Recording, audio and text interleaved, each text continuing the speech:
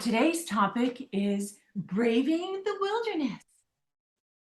Braving the wilderness? This is the times when you stand alone and become the wilderness. We will always find a reason why we don't belong. Would you agree? And we always know you will always find it, no matter where you go, no matter how you've been raised. Understand your worth and your belonging are not negotiated with other people. It so happens that we carry them inside our hearts. Like, for example, I know who I am, and these are definite my non-negotiables. I can debate and strategize with you on matters of the heart, meaning issues that we have, matters that we must address, and contracts that we must enforce, because only then I am fitting in for you. But the issue becomes that I will no longer belong to myself, and that in itself is a betrayal. Often that happens in relationships and marriages. I've seen that, and that is what drives me to do what I do today. So if this is you, knock it off. You're worth more than you give yourself credit for. Hi, my name is Barbie Ladeveze. I am a divorce and relationship strategist. And today I want to talk to you about the fear that drives us to stay in that dreaded relationship, that element, that spirit. From personal experience, I've never done anything where I was not scared stiff when it came to actually doing it. The older I get, the more I've come to realize that anything that turns out to be valuable in life requires effort, sacrifice, uncertainty, and even contribution from me. It's been lonely to experience, but also does keep me feeling rather alive. When, my friend, you decide to be brave in this wilderness that we all live in, which could mean not doing the so-called popular thing and find power of standing on your own 2 feet, this is when your heart will be marked by the wild. You know what I mean? You are branded. You belong to the world in a total different way. Every single time when you choose to fit in over your needs and wants and desires, it is going to be oh so very painful. Standing in one's power in solitude, which is so difficult to do for many, allows a person to evaluate themselves in ways that tap the heart in the core of one's existence. And that is okay to be alone, because there is great beauty and strength and great wisdom in it. Vulnerability can be uncertain. It's a risk of emotion. I guess you would want to say exposure, but I want you to flip it on its own head and think instead of the word courageous. What is an act of courage that has been a great part of your life, if any, like mine has been, let's say, for instance, in family law, or perhaps that you may have witnessed that did not involve that uncertainty, that risk, and emotional exposure? Can you think of any? Let me tell you, I stood in court countless times where I have not felt any of these. The act of courage paid off in multiple ways, and the reason why I always encourage families to undergo their own dissolution with my specific learned strategies, which I implemented in my one course, Strategic Uncoupling. I've placed it in the description box if you want to take a peek at it. And likewise, as any athlete or any football player would attest, how playing in the field, he must show some level of that vulnerability, that level of uncertainty, the risk exposure and emotional toll that takes in them. Bravery involves risk and uncertainty. This is precisely what changed my life. The person who is in the arena willing to do whatever is necessary to preserve their integrity when attacked. Perhaps it could be belittled, betrayed, or even lied to, you know precisely what I speak of. Or for a moment, stop and think of those who are at war, representing their country, whose face is sweating bullets. We've seen it in images, and we see that out of fear, their life is being compromised. They feel it, they sense it, they portray it. Let me let you in on a secret. Those who are labeled as the best know the real triumph of the achievement. And if they fail, they do so proudly in a very daring, great way. This has nothing to do with winning or losing. It's about showing up and proving that you exist, because you truly, truly do. We all desire to be more. We want to create things, be recognized for our work and life. And if you brave it and you show up, the best guarantee is, undoubtedly, you will get beaten down, because that is how it goes. You will rise above all criticism if you set your mind to it. Remember, if you jump in the water with the sharks, as I have done, you will get attacked. But you will then prove to yourself your self-worth. They do not get to call it. You do. Stand your ground. You get to look out for you and your family, because that's the only thing above all else that matters. You know, last year I came out with my #1 best-selling book on Amazon. And it's titled Divorce in the World of Family Law, which is currently, being expanded. I'm working on it and hope to launch it at the end of this year. But if courage is a value deep-rooted that you hold, much like myself, I encourage you to read it. The pain associated with a dissolution is real, and its consequences are great. It is clearly unavoidable. And if this is you or someone perhaps that you know, I walk you through things you should know and should consider doing to avoid from being bankrupt in spirit, financially, and in life. Speaking of braving the wilderness, this is when the universe decides to show up and ask you if you are ready. That armor we sometimes want to use to shield ourselves may in fact be keeping you and I from growing into the gifts and talents that were given to us. And that does not go without penalty if you dismiss it. It's time to go. What are you going to do? Your time is up. This is my drive, what keeps me going. So are you up for the challenge? Are you going to do this? Will you show up for you? This internal battle of sorts happens to people as they age. I'm going to speak specifically to midlife. This is not a crisis, but rather a slow, a brutal unraveling of the self, and where what we thought protected us in reality is keeping us from being in relationships, becoming better parents, being professionals that we should be, and essentially who we aim to be. Understand that we cannot always replace this shield or this armor with curiosity, where you become more inquisitive about not just you, but the world and your reaction, how you react to it.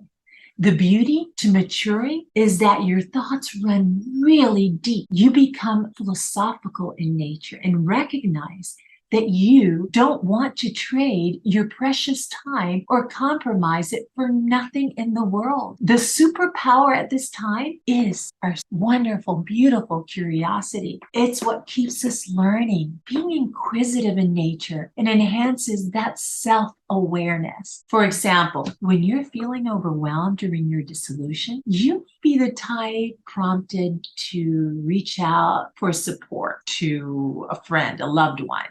And the reality is that this is the time in your life not to take the time to text, talk, or email to anyone, but rather take self-reflection of what you must do. There is a voice inside of you calling to direct you. Don't dismiss it.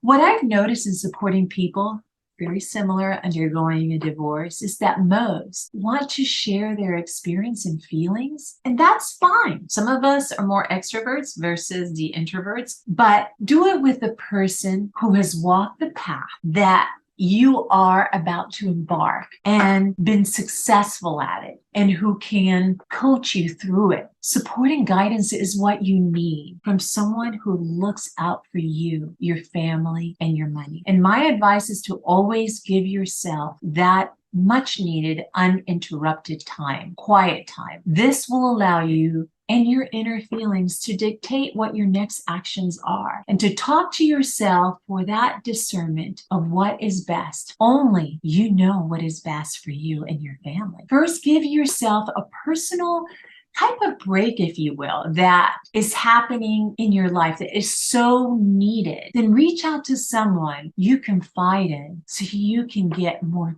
clarity. I had no one to support me in my darkest moment. I felt alone. I was ashamed. I felt abandoned and very isolated. And these are feelings that are very true and cause us to oftentimes just blame ourselves. Understand that shame will never survive without being spoken out loud, understandably. And shame can't survive empathy. So you really have two choices. You can own your own story and write the ending to it, or you will allow the story to own you. Your belonging in a world that can seem cruel is not negotiable. It's something we carry deep in our hearts, and we must all own our thoughts and actions. I know you can do this. The people who have the highest level of true belonging, they find themselves being a part of something much greater than themselves, something sacred, and do have the courage to stand alone in trying times. I think of ballerina training in mastering their talents, the accuracy of their pirouettes, their leaps, and the grace that they embody alone. They are their own champions. Stop and think about this. The art and personal creativity is important to one's healing, most particularly what comes next in our world. And what every creator out there understands and knows what it's like to stand alone. Creatives, they have that knack about them, the ability when they discover that confidence, inner confidence, to be able to find beauty in being a part of a like-minded community, and also have the courage to stand alone. And this is why I always encourage you to be a part of my private online community called Mr. and Mrs. X. Understand that while today you may feel alone, you really aren't. The last example I wanted to share with you is I recall back in my 20s and 30s when doing fashion-related type work, both, in print and commercial. It was a model. And being told then by my talent agent and photographer how to move in front of the camera, and how to look, and what to wear, and how to act, you name it. And we see how people, particularly the younger generation today, lose their identity. And why they've taken the rebellious nature that obviously we see today. Well, I was easily manipulated, much like them, and slowly grew into myself. And once I was faced with those tough decisions of self-doubt, but inside knew that all along there was more in there for me. And I knew I did not wish to be controlled. So I placed myself in situations of personal growth to learn and expand my knowledge and avoid from being controlled by the sayers, and why my confidence today is where it is. I know how to debate. I know how to fight, but there have been many no's I've learned to turn into yeses. I would have to say that I would not know where I am today without this experience. All those challenges were building my inner strength, my character, and my silent self-love. You being in a bad relationship for years, or let's say decades, is no different. The problem is that people would rather remain feeling stuck due to fear of the unknown rather than push forward with hope for their brighter tomorrow. Please don't be one of these. The best way to put forth your best foot forward and show your creative work out there is to ensure that your critics are in your arena. The problem is that you do not know if they are even present. I get it. My advice to you is no, they're always there. They're not going to go anywhere, and know what to expect from them. Consider that in your world, which can be applicable to anyone here listening, there will always be 3 seats taken. In this case, we will speak of the courtroom, because that just so happens to be my expertise. There is shame, there is scarcity, and there's comparison. That shame, it's a universal emotion that tells you you're not good enough. Been there? How about scarcity? When you tell yourself, why am I doing this alone? I am going to lose at this battle. What am I doing? But who knows the story better than yourself? This is why I encourage braving your own legal matters by becoming aware what it requires of you. Understand that all judges genuinely honor and care for families. They've taken that oath and are committed under the Constitution and laws. And then there's that third one, comparison. We're all guilty of this, aren't we? We're all hardwired to connect. When we stop caring what people think, we lose our capacity for connection. When we become defined by what people think, we lose our capacity to be vulnerable, becoming shielded. Strive not to disconnect from people. Just reserve these seats for them. Visualize them when you encounter it. Remember those times when we walk away from our truths and beliefs, how it makes you feel afterwards. Remember that. When we are braving the wilderness, what I call life, remember, braving is the tool that helps us in times when we walk alone, that helps us manage it. There will be days that standing alone will feel so darn hard, seem scary, and cause you to doubt your ability to navigate past uncertainty. Sometimes others will tell you, don't do it. They will tell you, you don't have what it takes to survive it alone. And there are so many others. This is when I want you to connect with your heart and remind yourself that you are the wilderness. You are courageous and you can do this. In closing, I want to ask, when was the last time you had alone, uninterrupted time for you? And what I mean is a moment to reset yourself.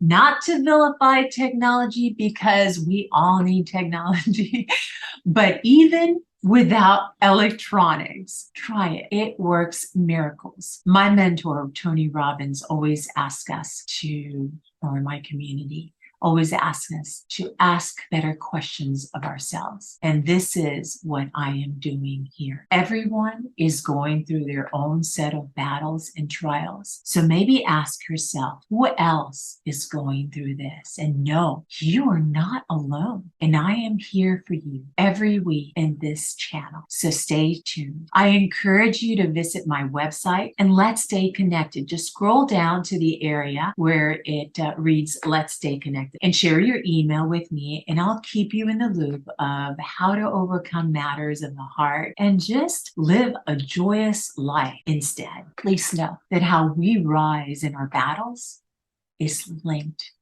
to the warrior that we become. Show gratitude for your experiences. They can be very empowering and help you understand and stand strong in that face of adversity, much like a standing oak tree with its branches that are rooted out, that take solid ground. I thank you for watching. I'll see you guys next week. See you on the bright side.